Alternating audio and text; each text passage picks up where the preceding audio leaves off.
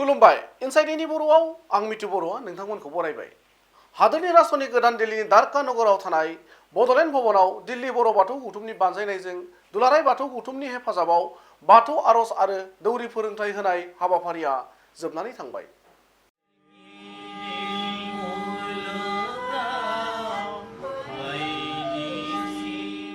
थांनाय 24 नभेम्बर खालारनिफ्राय जागायनाय बे फोरोंथाय बादायाव दुलाराय बाथौ गौथुमनि गाहाय नेहाथारि गणेश दैमारिजों लोगोसे गौथुमनि जानानै फारियै मोनारोम बर', मुलुगमुं बुहुम बसुमतारी, बशिष्ठ बसुमतारी आरो दिनेश बसुमतारी मोना बाहागो लादोंमोन।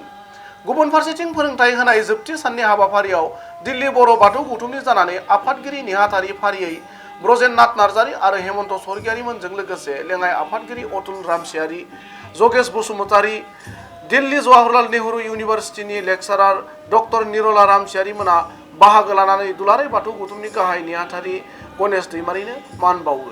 मख'नो गोनांदि थांनाय 24 नभेम्बरनिफ्राय 28 नभेम्बरसिम बाथौ आर'ज आरो दौरि फोरोंथाय होनाय हाबाफारियाव हादोरनि राजधानी गोदान दिल्लीयाव रायजो जाहैनाय गोबां बर' फिसाफोरा बाहागो लादोंमोन।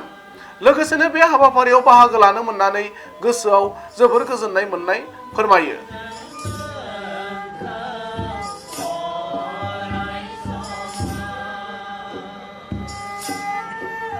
दुलाराय बाथौ गौथुमनि फैनाय गासै थान्दै लोगोसे जों दिल्ली बर' बाथौ गौथुमनि बिथांमोन आं गोसो गोरबोजों बरायबाय, लोगोसे साबायखर थाग्रोबाय।